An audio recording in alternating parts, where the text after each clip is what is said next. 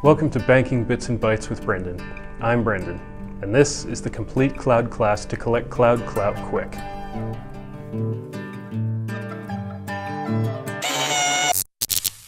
What does it mean to go to the cloud? There's a few different ways you can get there. You don't have to pick up everything and move it day one, unless you want to.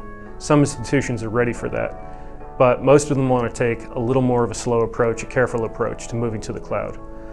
That can look a couple different ways. Maybe you say, anything new, any new applications I have, or anytime I have to replace a server, I don't want to do it the old way. I'm going to do that in the cloud.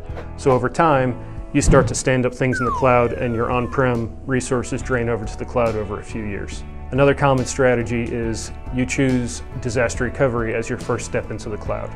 That's pretty easy to do.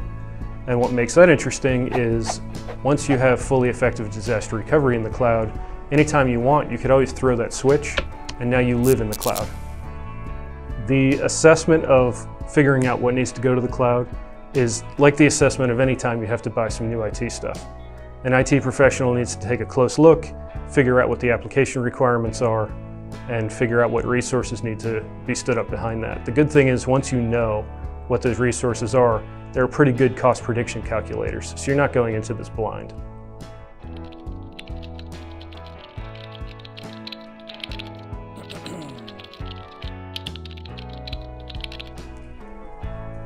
The big reasons, are you picking up his typing? Oh yeah.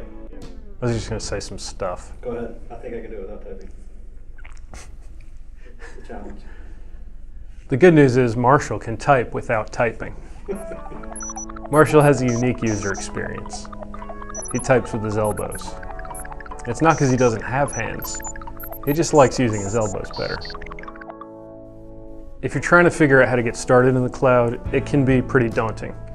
There's a lot to assess, there's a lot to figure out. You probably want to work with a service provider like Systems to help you figure all of this out.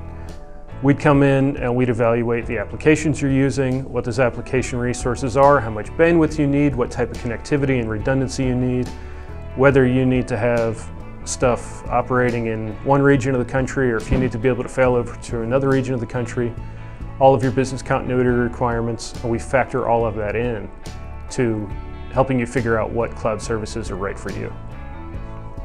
Safe Systems has chosen to build cloud services on Microsoft Azure because it meets the things that we think are the most important.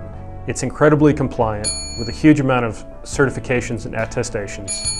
It is secure. Microsoft literally wrote the book on this. And it's incredibly flexible.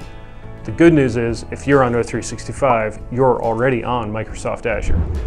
So any cloud services that you would build on top of Microsoft Azure use the exact same vendor management packet that you've already approved for O365 email. The cloud is built for growth, Azure is built for growth, and something.